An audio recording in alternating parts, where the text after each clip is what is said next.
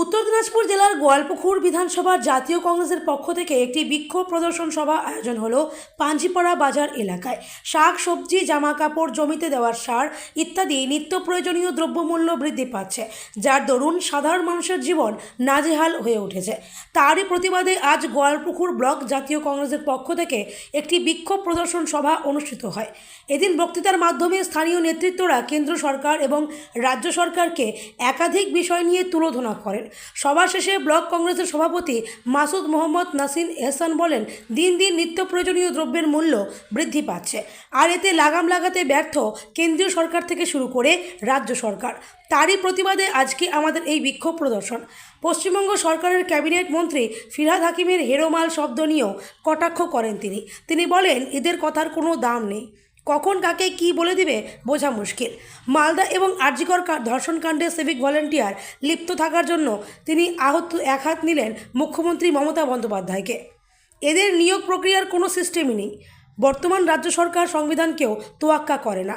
আজকের বিক্ষোভ প্রদর্শনী সভাতে হাজির ছিলেন মাওলানা নুরুল ইসলাম, শামস তাবরেজ, তাহির হোসেন এবং এরশাদ আলী, এছাড়াও বিভিন্ন পঞ্চায়েত থেকে আগত। আমাদের কর্মসূচি ছিল আজকে আমাদের প্রদেশ কংগ্রেসের যে সভাপতি আমাদের শুভঙ্কর সরকার, উনি একটা পশ্চিমবঙ্গব্যাপী এই যে নিত্য প্রয়োজনীয় জিনিসের দাম একদম আসমান আকাশ ছুঁয়ে নিচ্ছে, এটার জন্য একটা প্রদর্শনের সভা ছিল আমাদের। পুরো পশ্চিমবাংলার প্রত্যেকটি ব্লকে এই সভা হচ্ছে, মানে ধর্ণা মঞ্চ। আমরা এই জিনিসের দাম যে বেড়ে যাচ্ছে এটার জন্য আমরা এখানে বন্ধ করেছি। আমরা এখানে সাফল্য হয়েছে আজকে।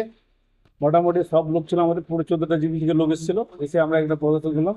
আমরা এই আন্দোলনকে মানে মাস্টার প্ল্যান নিয়েছি, যেহেতু এখানকার সাধারণ বাংলার মানুষ অর্থনৈতিক অবস্থা খুবই শোচনীয়, আর জিনিসের দাম যেভাবে আকাশ ছোঁয়া হচ্ছে আর লোক এইভাবে পলায়ন করে যাচ্ছে, এটার জন্য আমরা একটা কর্মসূচি নিয়েছি। তো আমরা এখন শুরু করলাম যে একটা শুধু এখন পথসভা করেছি। এরপরে যদি আমাদের এই আন্দোলনকে যদি ওরা গুরুত্ব না দেয় তাহলে আমরা কিন্তু রাস্তা জাম করবো, ন্যাশনাল হাইওয়ে জাম করবো। এই আমাদের টিএমসির নেতা এবং বিজেপির নেতা, এদের মুখে কোনো লাগাম নাই। এরা মানুষকে মানুষ মনে করে না, মহিলাকে মহিলা মনে করে না। এরা আমাদের সাধারণ মানুষকে জানোয়ার থেকে বেশি নিচে মনে করে, তার জন্য এদের মুখে লাগাম নাই। আজ পর্যন্ত কংগ্রেসের কোনো নেতার মুখে এরকম আমরা শুনিনি। এদের মুখটা, এর ভাষা, এরা এরকম হয়ে গেছে, এরা দুর্নীতিগ্রস্ত হয়ে গেছে, এরা কাটমানি খেয়ে, এবং এরা সংবিধানকে বাইপাস রেখে দিয়ে যারা কাজ করতেছে, এদের কোনো ঠিক নাই। এরা কখন কি, এরা নিজের ফ্যামিলিকে কখন কি বলে দিবে বলা যায় না। এদের খুবই খারাপ, এটা আমরা স্ট্রংলি কন্ডেম করছি।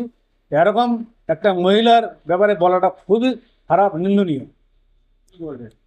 তো এই যে সিভিক ভলেন্টিয়ার, এটাকে এই প্ল্যানটা আমার মাথায় ঢুকছে না। সিভিক ভলেন্টিয়ার দিয়ে ডিউটি করাচ্ছে, সেটা কিন্তু সংবিধানের বাইরে, এবং পুলিশ প্রশাসনের কোর্টে কোনো নাই।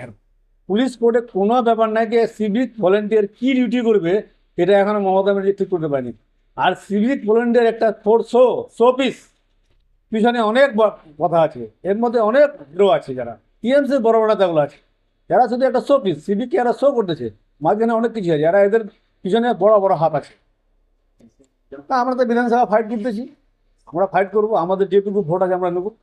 আমাদের যে কংগ্রেস আছেন পশ্চিমবাংলায় 140 বছরের পার্টিটা হলো, আর পশ্চিমবাংলা আজ থেকে নিয়ার অ্যাবাউট 50 ইয়ার্সে কোনো গভর্নমেন্ট আমাদের হয়নি। কংগ্রেস পার্টি আছে। যদি টিএমসি কালকে চলে যায়, টিএমসি কোনো সাইনবোর্ড হয়ে যাবে।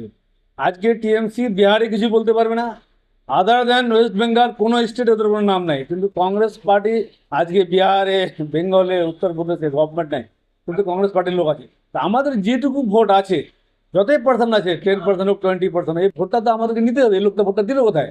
আমরা দাঁড়িয়েছি, হয়তো আমরা কোনো জায়গায় জিততে পারি, ওদের মনে আমাদের এটা কাছে সঙ্গে ক্যান্ডিডেট দিতে হবে। আমাদের ক্যান্ডিডেট দিয়েছে, এখন হলো মানুষ কোন দিকে যাবে সেটা মানুষের উপর ডিপেন্ড করছে।